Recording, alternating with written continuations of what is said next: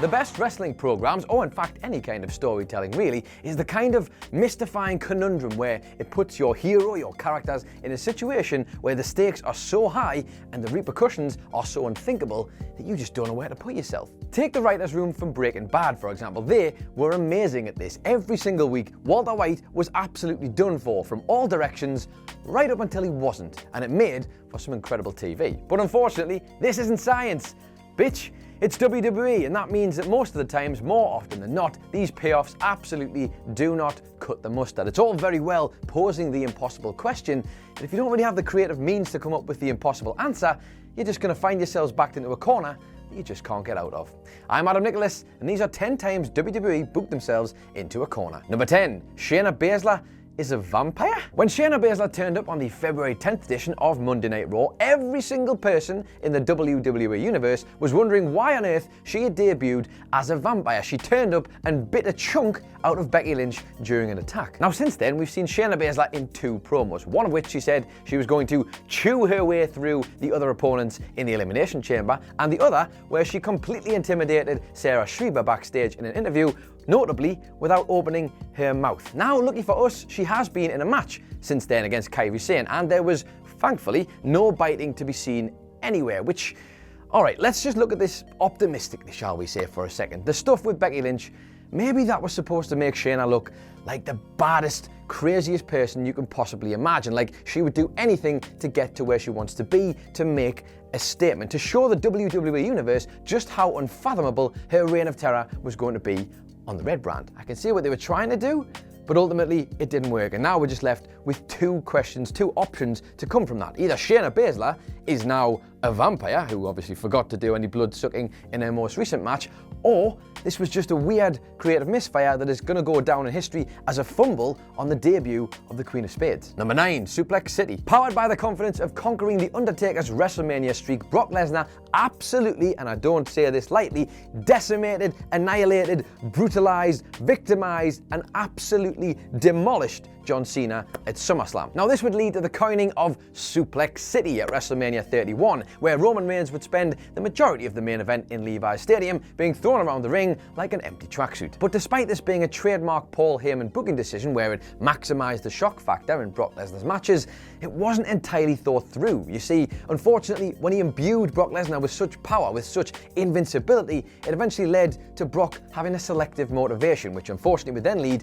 to these very one-sided, very half-arsed matches when Brock just wasn't feeling it. Now when Brock's motivated and he puts on a 10 to 15 minute classic against the likes of Styles, Daniel Bryan, Finn Balor, this is a good formula and it's absolutely fantastic for the viewers at home. Yes, not ideal, they have to try and hope that one of their guys is just going to last a little while without actually beating Brock Lesnar, but the reality of it is we end up with too many matches that are sort of sub 1 minute matches, truth be told, like the match against Kofi Kingston, like the match against Ricochet at Super Showdown, and ultimately as long as Suplex City is still in place, invincibility reigns supreme, as does boredom. Number 8, Charlotte Flair's record chase. Now, as I'm sure you've all probably noticed by now, WWE is obsessed with the idea of Charlotte Flair equaling her father's record, that 16 championship record that Ric Flair has in WWE. That's slightly fictional, but that doesn't matter, and they've continued to push her in the spotlight and race through a bunch of title reigns already to get her there. And actually, even though I am a Charlotte Flair fan myself, I do think she is the best in this division. Her continued push and this ongoing arc has kind of actually booked a bit of a trend in the women's division, and if anything, it's taken the main focus away from the women's champions, the SmackDown and Raw women's champions, and almost actually made the whole women's division feel a bit, not defunct, but a bit deflated. Look at Charlotte Flair winning the Royal Rumble, for example. She's had so many matches with Becky Lynch and Bayley at this point that we're oversaturated with those matches. We've oversaturated with the 4 horsewomen in general, so they've had to go elsewhere. They've had to put Charlotte into challenging for the NXT Women's title against Ripley at WrestleMania. Now that's going to be a fantastic match, make no doubt about it. A star-making match, if anything, for Rhea Ripley. The big deal here is, of course, we're kind of seeing that they've had to completely pie off the entire women's division on Monday Night Raw and SmackDown and use the NXT women's division, which is fantastic, but shouldn't have Charlotte at the front of it, because let's be honest, there's a few women there who are probably wanting their title shots, and that's not going to happen now. Now, I should reiterate again, Charlotte Flair is the best in my eyes, certainly at this moment in time, and she should be the one to get such a fantastic legacy. But at the expense of the Raw, SmackDown, and NXT women's divisions, I'm not so sure. Number 7, Hell in a Cell 2019. All right, let's start with a positive here, shall we? Daniel Bryan. Just how bloody good is Daniel Bryan? He had that strap match with Bray Wyatt at the Royal Rumble and managed to convince us all that there was maybe still a shred of hope left for the Fiend, that it wasn't all a complete waste of time, and that maybe, just maybe, we could turn this all around. That came off the back of one of the worst Hell in a Cell matches, in fact, one of the worst wrestling matches in WWE history you're probably going to see. Because in a match where they booked two guys who they didn't want to lose, we find ourselves in a conundrum, the impossible question that we mentioned earlier. Sadly, as I also mentioned earlier, they did not have the impossible answer. Bray Wyatt turned up for a match with a huge comic mallet. Seth Rollins would then be disqualified, or not disqualified, the match would be called off later on because Rollins would hit Bray Wyatt on a bunch of miscellaneous objects with a sledgehammer. Apparently that was too much to handle, but falling through a cage and going off a cage into a commentary desk is not. I can't keep talking about this. I'm going to get very angry. Ultimately, WWE had booked themselves into a corner where they didn't want the Universal Champion and poster boy Seth Rollins to lose, but they also didn't want the Fiend to lose. And what we got was a big pile of stupid nothing. And then eventually, they did put the strap on Bray Wyatt over in Saudi Arabia. So why they didn't just put it on him here, I'll never understand, but ultimately this left a sour taste in the mouth of fans, and WWE just looked like idiots. Number 6, The Fiend. While Bray Wyatt is a weirdly spiritual, odd being, he's not quite the Undertaker, because while they both seem impervious to damage and can kind of turn up wherever they want and stalk their opponents in the dark like creepy, weird dudes, the one thing the Undertaker could do in between the ropes was actually work, and when he wanted to, he could be an elite level worker. Taker managed to actually adapt such a weird gimmick and put it into the context of professional wrestling, and between the ropes, he could tell a story using his weird gimmick as the narrative. However, Bray Wyatt just doesn't quite fit the mold here. In a match, there needs to be some kind of psychological basis to this. Like, he might be impervious to pain, but maybe, just maybe, if someone does this one thing, they might be able to wear him down over time. That gives the fans something to connect to, and that gets them excited. Daniel Bryan got close to this, but ultimately that is one out of a bunch of matches that was the absolute shining example in a sea of utter turd. WWE have built Bray Wyatt up to such levels that he just could not be hurt. He was impervious to pain. Sometimes he'd kick out at 1, sometimes he'd kick out at 2, and then he'd go back to kicking out at 1 after being beaten down even more brutally. This just doesn't make any sense. I mean, Seth Rollins' curb stomp might as well have been thrown in the bin. He did it so many times that it just didn't actually affect the Fiend anymore. And this is all good and well if you commit to this. But then comes Super Showdown. After all of this, after all the wrestlers who were sacrificed to try and get the Fiend over, all the finishers, all the time spent, we turn up in Saudi Arabia for Super Showdown, and the Fiend loses to the 53-year-old part-timer Bill Goldberg, who can barely still do a spear and barely do a jackhammer. And I tell you what, I'm not even against it. Something that ridiculous needs to be counteracted by more ridiculousness, and congratulations WWE, you did it. Also, little side note, Bill Goldberg, 53, The Undertaker, 54. The Undertaker, by the way, the man that Bray Wyatt is supposed to surpass and overcome, also beat Bill Goldberg in Saudi Arabia. What is even the point? Number 5, Hell in a Cell 2012. Following Night of Champions 2012, CM Punk and John Cena's draw in the main event would see the match be moved over to the blow-off of the feud that was supposed to happen at Hell in a Cell. Unfortunately though, this all had to be changed because John Cena needed to have surgery on his elbow to remove some bone chips, which left WWE in a bit of a conundrum because they'd booked this match between Cena and Punk to end the feud at Hell in a Cell, and now they needed a main event. Now at the time, this obviously left WWE in a pickle. They needed someone who was going to draw as much as John Cena. Well, that didn't exist. But what they did have at that time was one guy who was white hot, and that was Ryback. Now the problem with this is that Ryback was white hot, and he was absolutely one of the most exciting prospects in the company at the time. The other problem, of course, is that CM Punk was the champion, and he was set to have a match with The Rock at the Royal Rumble for the WWE Championship, which would eventually lead to all of that nonsense. So Punk couldn't lose, and Ryback shouldn't lose. So after a fairly underwhelming match between Ryback and Punk, the chemistry just wasn't there at all, Brad Maddox would decide to make a name for himself by low-blowing Ryback. And yep, that is a thing that happened because Brad Maddox wanted to make a name for himself. Also, apparently Paul Heyman paid him off, but meh, who cares about that? Number 4, hiring the New World Order. Now, when the WWE hired the NWO to come and inject their brand with a lethal dose of poison, it was because they were a ratings draw, and WWE at the time was absolutely not. Now, the idea was obviously to bring Hogan, Nash and Hall in as a threat to WWE. They were going to basically turn up, the plan was to turn up and destroy WWE from the inside out, and it would mean that the whole thing, like The Rock, Austin, Triple H, if you really want to chuck them in there, it would all be over in an instant, because that's what they do. They come in and they destroy things.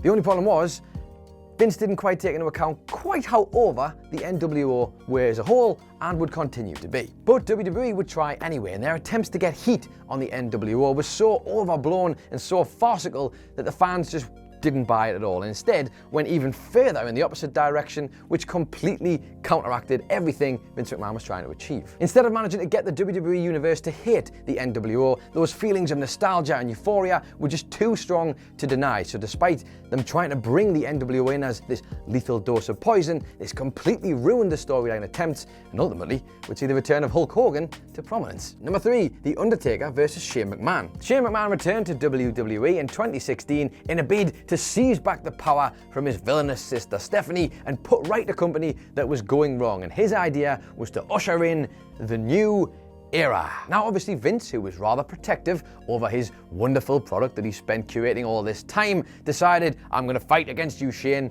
because she's daddy's little girl and I'm daddy, and I'm going to make you pay for being away from all of this. So he decided that he'd put Shane McMahon in a match against The Undertaker. If Shane could win, he could get the keys to the kingdom, and if Shane didn't win, well, he got nothing. And The Undertaker apparently was just totally down to do all this because that's what The Undertaker does. He's a guy for hire. Okay, Taker couldn't lose. It was WrestleMania, it was Hell in a Cell, it was in Texas, and it was against Shane McMahon. However, Shane McMahon couldn't lose because the fans were rooting for him. Shane McMahon was the beacon of change that we were hoping for. If he wins, we get something that isn't this trash that was happening on TV right about now. Impossible question, who wins out of The Undertaker and Shane in this match? Impossible answer. Well, we can't be bothered to think of that, so let's just have The Undertaker win after Shane takes a big fall off the top of the cage through a rather cushioned commentary desk. Let's be honest, let's not sugarcoat it. There was more cushions under there than there is in my mom's settee. But the main thing here is that despite Undertaker winning, Vince McMahon decided to completely renege everything he said and said, you know what, Shane, I'm kind of impressed that you went on one-on-one with The Undertaker and didn't die. He has the keys to the kingdom anyway. Number 2, John Cena joins the Nexus.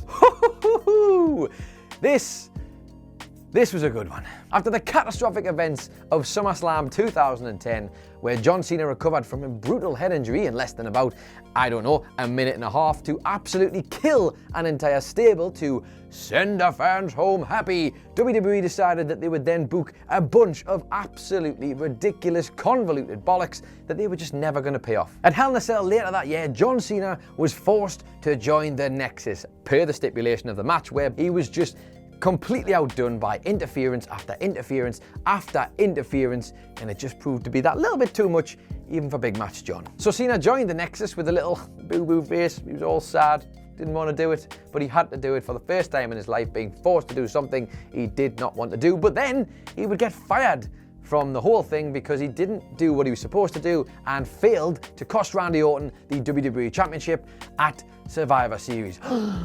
Big drama here. John Cena fired?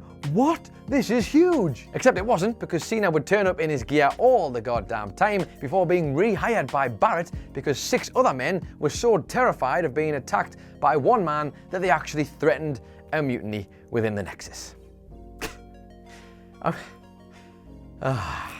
Number 1, Survivor Series 1997. Now, how ironic is it that Survivor Series 1997 would prove to be the ultimate example of how to screw oneself with bad booking? Bret Hart was a star, and Vince McMahon back in 1997 couldn't just cycle him out of the mix, because whether you like to believe it or not, Vince was actually quite a good booker back in the day. He was always thinking so many steps ahead. For starters, he didn't want to strap Stone Cold Steve Austin just yet. Vince McMahon knew that WrestleMania 14 would be a much better and a much bigger place for that to happen for the prospective future of the company. And as for Shawn Michaels and Undertaker and their program that was happening at that time, well, that didn't need the title either. The problem was that the destination plotted in the summer was untenable. Vince McMahon wanted Bret Hart out. Bret Hart didn't want to lose in Canada, and Shawn Michaels didn't want to put Bret Hart over. So between Vince, Bret, and Shawn, they just couldn't come up with a solution. Bret had even offered to put Austin over, but as we said, Vince McMahon just didn't think the time was right. But never fear, because in comes lovely Triple H, who apparently in an embryonic attempt to kind of start his politicking in WWE, decided, hey, why do we even need to think of a solution? Let's just screw the guy. And the rest, as they say, is history. So there you have it. Those are 10 times that WWE booked themselves into a corner. 10 of, I'm sure, 100 million more. And I'm sure you probably know some. So let me know your thoughts in the comments down below. Don't forget to like and share. Hit the old subscribe button if you haven't already. You can find the original article for this at whatculture.com/WWE. That's by Michael Sidgwick. It's a great read. You can follow WhatCulture on Twitter at WhatCultureWWE. You can follow me on Twitter, if that's your thing, at It's Adam Nicholas, or if you just want some more videos, you can find them just over here. I'm Adam Nicholas, this has been WhatCulture Wrestling, and I will see you next time.